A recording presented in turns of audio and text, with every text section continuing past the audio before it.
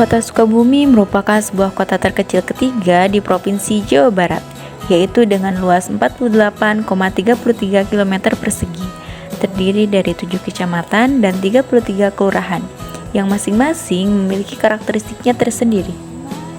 Secara historis, Kota Sukabumi dibangun oleh pemerintah Hindia Belanda sebagai Burgerlijk Bestuur dengan status Gemeente Radvan Sukabumi yang bertujuan untuk memberikan pelayanan kepada orang-orang Belanda dan Eropa sebagai pengelola perkebunan di wilayah Kabupaten Sukabumi, Cianjur, dan Lebak.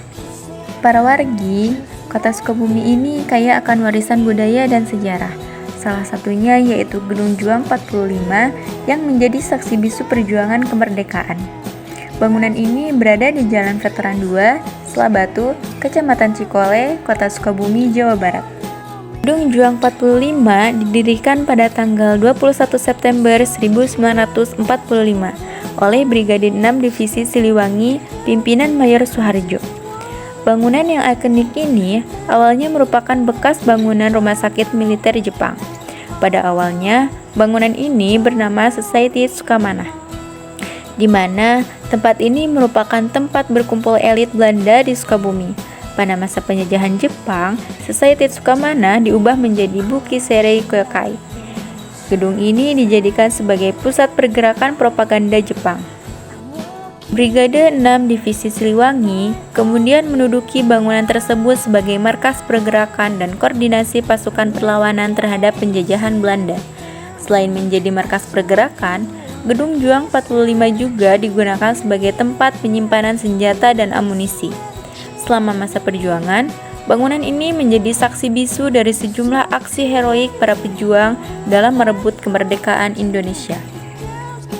Tentunya, gedung ini menjadi saksi perjuangan rakyat Sukabumi dalam merencanakan pembebasan para tahanan-tahanan politik dari tangan Jepang dengan mengibarkan bendera merah putih. Selain itu juga mendesak Jepang melaksanakan serah terima kekuasaan kepada bangsa Indonesia.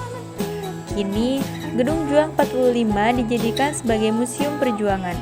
Di dalam gedung ini terdapat berbagai benda dan dokumen bersejarah yang berkaitan dengan perjuangan kemerdekaan Indonesia. Kamu sih selain karena arsitekturnya yang menarik, di sini kan juga kita bisa melihat berbagai saksi sejarah kemerdekaan Indonesia di tahun 45 gitu ya. Di sini kan ada foto-fotonya, dokumen-dokumennya, kemudian juga ada senjata-senjatanya yang juga itu menjadi saksi perjuangan Indonesia menuju kemerdekaannya di tahun 45. Selain itu juga karena di sini aku orang Sukabumi, jadi itu lebih mudah untuk sering datang ke sini karena emang di sini enak banget. Jadi itu ada banyak banget yang tadi aku sebutin, ada dokumen, kemudian juga ada foto, kemudian juga ada senjata yang telah digunain. Selain itu juga kita bisa tahu tentang sejarah-sejarahnya itu dari guide yang selalu nge-guide kita untuk ngejelasin setiap barang dan setiap sejarahnya yang ada. Dan di sini juga ada halaman yang luas di mana anak-anak jadi bisa bermain bebas di sana.